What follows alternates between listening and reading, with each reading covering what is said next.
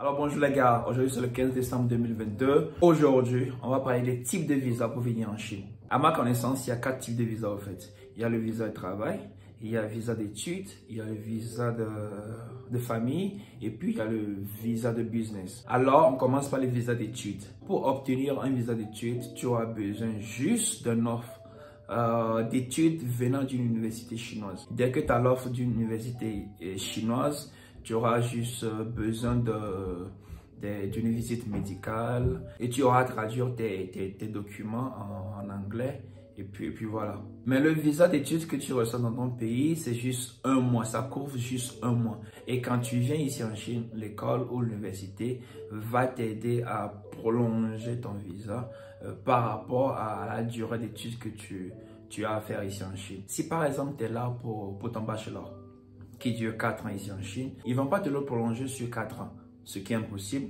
Ils vont te le prolonger sur 1 an, renouvelable. Et chaque année, tu auras à renouveler avec l'aide de ton établissement, quoi, tu vois. Ça, c'est un. Deuxièmement, on parle du visa business. Ça, je crois que c'est le plus facile moyen pour venir ici en Chine.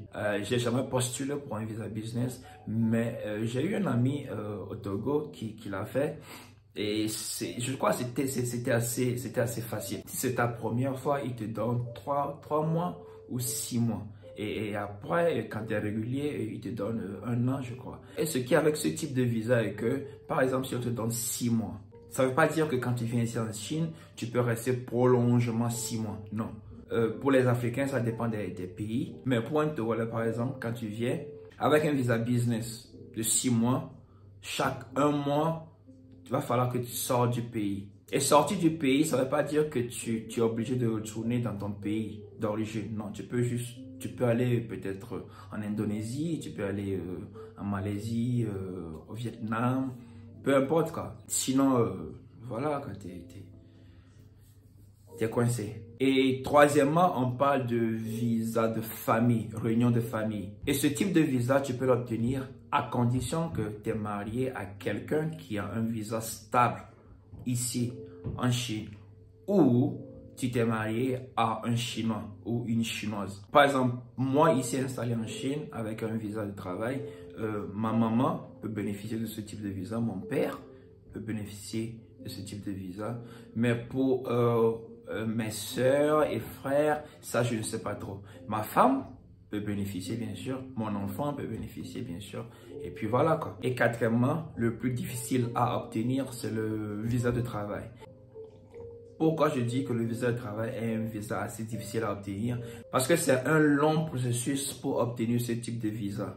Et pour obtenir ce type de visa, premièrement, bien sûr, tu as besoin d'une compagnie ici en Chine qui va t'embaucher. Et deuxièmement, ce type de visa auquel on t'embauche, il va falloir que ça soit d'abord autorisé et puis légal par la loi chinoise. Autorisé parce qu'il y a certains types de boulot que la loi chinoise ne permet pas à un étranger de le faire. Par exemple, un étranger ici à Chongqing, par exemple, ne peut pas être conducteur de bus, ne peut pas faire du taxi, par exemple, ne peut pas travailler dans un supermarché. Et voilà, bref, le type de boulot qu'un étranger peut faire ici en Chine se résume à l'enseignement, et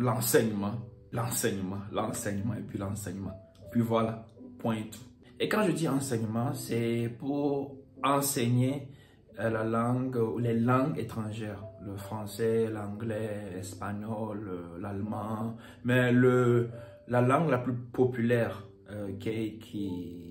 ici en Chine, c'est l'anglais. Si par exemple tu viens d'un pays francophone, malgré que tu parles bien l'anglais et puis tout ça, tu n'es pas autorisé à enseigner l'anglais. Pour enseigner l'anglais ici, il va falloir que tu sois anglophone. Et aussi des fois tu es anglophone, mais anglophone de quel pays? Ça aussi ça compte. Et si tu veux enseigner les autres langues, par exemple tu vas enseigner le français par exemple, si tu viens par exemple je viens du Togo, je ne peux pas enseigner le français ici parce que ils nous considèrent comme on n'est pas officiellement, ou bien la langue française n'est pas officiellement notre langue, ou bien le français, on ne parle pas le français comme un français.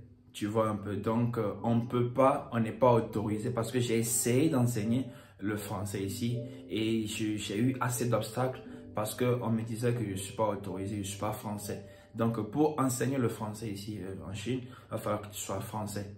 Tu vois un peu. Donc, voilà. À part l'enseignement, il y a aussi d'autres secteurs qui sont ouvrables pour les étrangers. Par exemple, les médias, mon domaine, ou bien le mannequinat. Alors voilà, bref quoi, si tu veux venir ici en Chine, alors essaie de voir dans la liste des visas que je viens de citer, lequel te sera profitable et puis voilà quoi. Alors c'était tout pour aujourd'hui, si tu as aimé la vidéo, n'oublie pas de me jeter un like et puis on se voit dans la prochaine. Prends soin de toi, prends la vie de bon côté.